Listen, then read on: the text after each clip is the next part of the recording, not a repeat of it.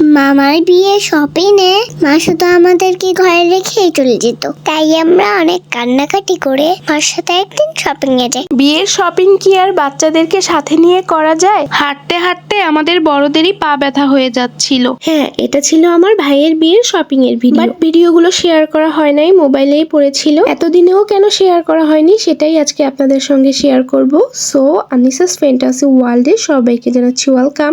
আমি আনিসাস মম। হলুদের কেনাকাটা দিয়েই আমরা আমাদের শপিং শুরু করেছিলাম। প্রথমেই আমরা কিনি হচ্ছে হলুদের ড্রেস, তারপরে আমরা হলুদের জন্য ফুল এবং ফুলের গয়না কিনতে চলে আসছিলাম চকবাজারের একটা পাইকারি দোকানে, যেহেতু আমাদের বাসা থেকে খুব কাছেই চকবাজার, আর ওখানে ফুলের অনেক ভ্যারাইটি ছিল। বাট ওখানে একটাই প্রবলেম ছিল, যেটাই নিতে হবে ফুল প্যাকেট নিতে হবে, যেহেতু ওটা পাইকারি দোকান। আমরা সবাই মিলে ডিসাইড করছিলাম যে কোনটা কোনটা নিব, তো দোকানের ভাইয়াটা সেগুলোই প্যাক করে দিচ্ছিল। দেন ওখান থেকে ওই দিনের মতো কেনাকাটা শেষ হলো আর আমরা বাসায় চলে আসলাম। দেন আমাদের অন্য আরেক দিনের ডেস্টিনেশন ছিল হচ্ছে Bashundhara city shopping complex. Most of the ডেতে আমরা চারজনই শপিং এ বের হয়েছি, আমি, আমার ভাগ্নি, আমার ছোট বোন আর হচ্ছে আমার হাজবেন্ড। আব্বু জাস্ট আমাদের টাকা দিয়ে বলেছে যে তোমরা তোমাদের পছন্দ মতো কেনাকাটা করো। আর এই ধরনের দায়িত্ব যে কতটা ভারী সেটা কি বলবো। সব সময় মাথায় একটা টেনশন থাকে যে যেটা কিনছি সেটা সবাই পছন্দ করবে। তো ব্রাইডের জন্য কি কিনবো সে ব্যাপারে একটু কনফিউজড ছিলাম। গাউন কিনবো না লেহেঙ্গা কিনবো এই ব্যাপারটাতে একটু কনফিউশন ছিল।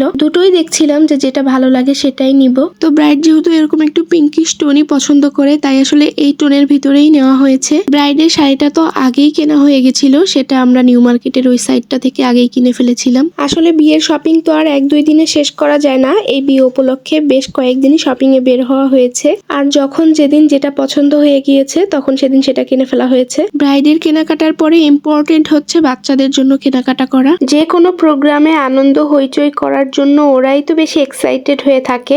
আমরা তো বড় হয়ে গেছি, আমাদের কাছে এখন দায়িত্ব পালনটাই হচ্ছে বেশি ইম্পর্টেন্ট। বাচ্চাদের সাথে এই যে একজন বড় বাচ্চা, তিনিও কিন্তু নিজের ড্রেস স্টাইল আর ফ্যাশন নিয়ে ব্যস্ত।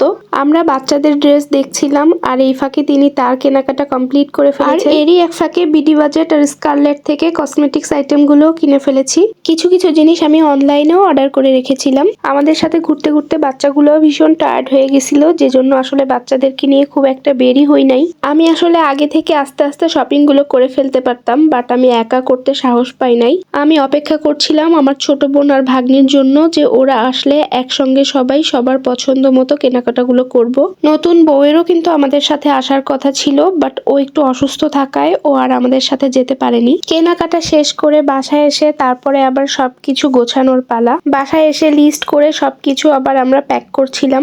এত কষ্ট করে শপিং করলাম, বাট সামনে যে এত বড় ট্র্যাজেডি রয়েছে এটা আমরা নিজেরাও জানতাম না। বিয়ের প্রোগ্রামটা আলহামদুলিল্লাহ ঠিকঠাক মতোই হয়েছিল, বাট বউ ভাতের প্রোগ্রামটা আমরা একবারেই করতে পারিনি। বউ বাড়িতে নিয়ে যাওয়ার পর থেকে এত বৃষ্টি শুরু হয়েছিল, মানে আর কোনো থামাথামিরই নাম ছিল না। বিয়ের ডেটটা হয়েছিল ওই যে নিম্নচাপটা হলো ওই সময়। সবার তো ভীষণ মন খারাপ হয়ে গেছিল, বাচ্চারা সবাই কান্নাকাটি শুরু করে দিয়েছিল। প্রচন্ড বৃষ্টিপাতের কারণে বিয়ে বাড়িটা একবারে শোকের বাড়িতে পরিণত হয়ে গেছিল। যাই হোক, কিছু তো করার নেই, মেনে নিতেই হবে। আল্লাহ যা করেন ভালোর জন্যই করেন, এতটুকুই আমাদের সান্ত্বনা।